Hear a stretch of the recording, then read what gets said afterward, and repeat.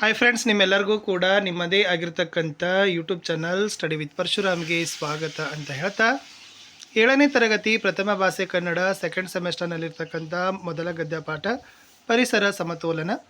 ಮೊದಲ ಪದ್ಯ ಪಾಠ ಹಚ್ಚೆಯು ಕನ್ನಡದ ದೀಪ.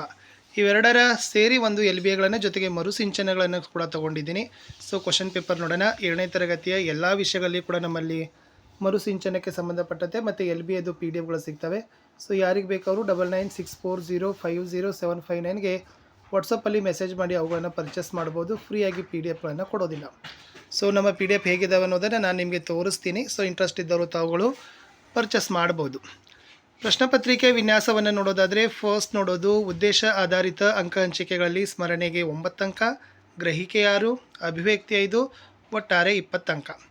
ಪ್ರಶ್ನಾನುಸಾರ ಅಂಕ ಹಂಚಿಕೆಗಳನ್ನು ನೋಡೋದಾದರೆ, ವಸ್ತುನಿಷ್ಠ ಮತ್ತು ಅತಿ ಕಿರು ಉತ್ತರ 6 ಅಂಕ, ಕಿರು ಉತ್ತರ 11 ಅಂಕ, ದೀರ್ಘ ಉತ್ತರ 3 ಅಂಕ, ಒಟ್ಟಾರೆ 20 ಅಂಕ. ಕಠಿಣತೆ ಮಟ್ಟ ಆಧರಿಸಿ ಅಂಕ ಹಂಚಿಕೆಗಳನ್ನು ನೋಡೋದಾದರೆ, ಸುಲಭ 6 ಅಂಕ, ಸಾಧಾರಣ 10 ಅಂಕ, ಕಠಿಣ 4 ಅಂಕ, ಒಟ್ಟಾರೆ 20 ಅಂಕ. ಇನ್ನು ಪಾಠವಾರು ಅಂಕ ವಿತರಣೆಗಳನ್ನು ಕೂಡ ಮಾಡಿದ್ದೀನಿ.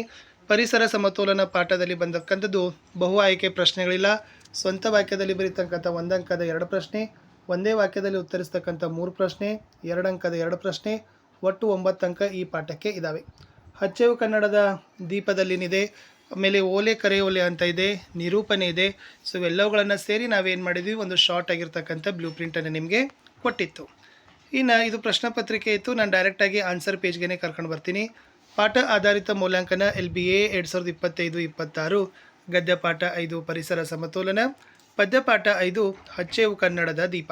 ಮರುಸಿಂಚನದಲ್ಲಿ ಓಲೆ ಕರೆಯೋಲೆ ಮತ್ತು 10ನೇದು ನಿರೂಪಣೆ ತೆಗೆದುಕೊಂಡು ಈ ಪ್ರಶ್ನೆ ಪತ್ರಿಕೆಯನ್ನು ಸಿದ್ಧವನ್ನು ಪಡಿಸಿರೋದು. ಮೊದಲಿಗೆ ನೋಡೋಣ ಭಾಗ 1 ಪಠ್ಯ ವಿಭಾಗದ ಪ್ರಶ್ನೆಗಳು. ಮೊದಲ ಪ್ರಶ್ನೆ, ಸರಿಯಾದ ಉತ್ತರ ಆರಿಸಿ ಬರೆಯಿರಿ ಅಂತಕ್ಕಂಥದ್ದು 2 ಪ್ರಶ್ನೆಗಳಿತ್ತು. ಪ್ರತಿ ಸರಿಯಾದ ಉತ್ತರಕ್ಕೆ 1 ಅಂಕ. 2 ಪ್ರಶ್ನೆ 2 ಅಂಕ. ಮೊದಲನೇದು, ಎಲ್ಲಾದರೂ ಇರು ಎಂತಾದರೂ ಇರು ಈ ಹಾಡನ್ನು ಬರೆದವರು ಅಂತ ಕೇಳಿದರು. ಆಪ್ಷನ್ ಬಿ ಕುವೆಂಪು ಅಂತಕ್ಕಂಥದ್ದು ಸರಿಯಾದ ಉತ್ತರ ಬರ್ತದೆ. ಸೆಕೆಂಡ್ ಒನ್, ಗುಂಪಿಗೆ ಸೇರದ ಪದ ಆರಿಸಿ ಬರೆಯಿರಿ ಅಂತ ಕೇಳಿದ್ದಾರೆ. ಸಂಧಿಗಳನ್ನು ನೋಡಿಕೊಂಡು ಇಲ್ಲಿ ಗುಂಪಿಗೆ ಸೇರದ ಪದ ಆರಿಸಬೇಕಿತ್ತು. ಆಪ್ಷನ್ ಸಿ ಜಾತ್ಯತೀತ ಅನ್ನೋದು ಸರಿಯಾದ ಉತ್ತರ ಬರ್ತದೆ. ಮುಖ್ಯ ಪ್ರಶ್ನೆ 2ರಲ್ಲಿ ಕೊಟ್ಟಿರೋ ಪದಗಳನ್ನು ಬಳಸಿ ವಾಕ್ಯಗಳನ್ನು ರಚನೆ ಮಾಡಬೇಕು. ಶತಮಾನ ಅಂತ ಇದೆ. ನಾನೇನು ಬರೆದಿದ್ದೀನಿ ಅಂದರೆ, ನಮ್ಮ ಶಾಲೆಯು ಕಳೆದ ವರ್ಷ ಶತಮಾನೋತ್ಸವ ಆಚರಿಸಿಕೊಂಡಿತು. ಇನ್ನು ಮನಸೋಲು ಇದೆ, ಕೋಗಿಲೆಯ ಇಂಪಾದ ಧ್ವನಿಗೆ ಮನಸೋಲುವುದು ಅಂತ ಬರೆದ್ರೆ ಸಾಕು. ಇನ್ನು ಥರ್ಡಲ್ಲಿತ್ತು, ಆವರಣದಲ್ಲಿ ಸೂಚಿಸಿದಂತೆ ಉತ್ತರವನ್ನು ಬರಲಿಕ್ಕಿರ್ತಕ್ಕಂಥದ್ದು. 5ನೇ ಪ್ರಶ್ನೆ, ಕಿಸೆ ಇದೆ, ಪದದ ಅರ್ಥ ಬರಿಬೇಕಂತ ಹೇಳಿದರು. ಜೇಬು ಅನ್ನೋದು ಬರಿಬೋದು.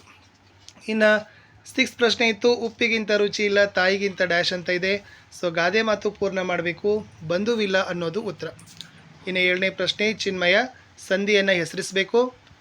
ಚಿನ್ಮಯದು ಸಂಧಿ ಏನಾಗ್ತದಪ್ಪ ಅಂದ್ರೆ ಅನುನಾಸಿಕ ಸಂಧಿ ಈಸ್ ದ ರೈಟ್ ಆನ್ಸರ್.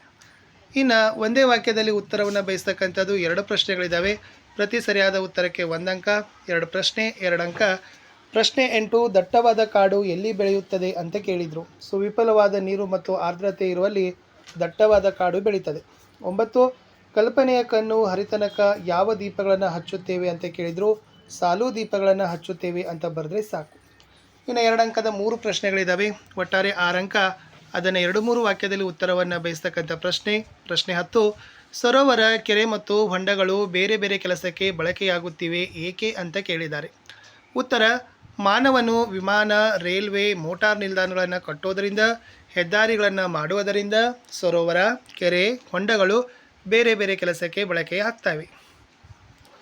ಪ್ರಶ್ನೆ 11, ಕಾಡನ್ನು ನಾಶ ಮಾಡೋದರಿಂದ ಆಗೋ ದುಷ್ಪರಿಣಾಮಗಳನ್ನು ತಿಳಿಸಿ ಅಂತ ಕೇಳಿದರು. ಹಕ್ಕಿಗಳು ಬೇರೆ ತಾನ ಹುಡುಕಿಕೊಳ್ಳುತ್ತವೆ, ಮೇವಿಲ್ಲದೆ ಚಿಗರೆಗಳು ಮಾಯವಾಗ್ತವೆ, ಚಿಗರೆಗಳನ್ನು ಬೇಟೆಯಾಡಿ ಜೀವಿಸ್ತಕ್ಕಂಥ ಹುಲಿ, ಚಿರತೆ, ಸಿಂಹಗಳು ತೊಲಗಬೇಕಾಗ್ತದೆ, ಅವಿತುಕೊಳ್ಳಲು ಮರ ಇಲ್ಲದರಿಂದ ತೋಳಕರಡಿಗಳು ಓಡಿ ಹೋಗ್ತವೆ, ಹಣ್ಣು ಹಂಪಲ ಸಿಗದಿದ್ದರಿಂದ ಇನಚಿ ಕಣ್ಣು ಕಪ್ಪಡಿಗಳು ಪ್ರಯಾಣ ಬೆಳೆಸ್ತವೆ, ಬೋಳು ಮಾಡಿದ ಕಾಡಿನಿಂದ ಇಲಿಗಳನ್ನು ನಂಬಿದ್ದ ಹಾವುಗಳು ಹೊರಡುತ್ತವೆ, ಕೊರೆಯುವ ಚಳಿ, ಸುಡು ಬಿಸಿಲ ಹರಿಯುವ ನೀರಿಗೆ ನೆಲದೊಳಗಿನ ಪ್ರಾಣಿಗಳು ಸಾವಿಗೀಡಾಗ್ತವೆ ಅಂತ ಬರೆದ್ರೆ ಸಾಕು. ಇನ್ನು ಕನ್ನಡ ಮಾತೆಯನ್ನು ಹೇಗೆ ಆಧರಿಸ್ತಾರೆ ಅಂತ ಕೇಳಿದ್ದಾರೆ. ಕವಿಯು ವಿವಿಧತೆಗಳಲ್ಲಿ ಏಕತೆಯನ್ನು ಕಂಡ ನಾಡು ನಮ್ಮದು, ಜನರು ತೊಡುವ ಉಡುಗೆ ತೊಡುಗೆ, ಆಹಾರ ವಿಹಾರ, ನಡೆನುಡಿಗಳಲ್ಲಿ ವಿವಿಧತೆಯೊಂದಿಗೆ ನಾವಲ್ಲ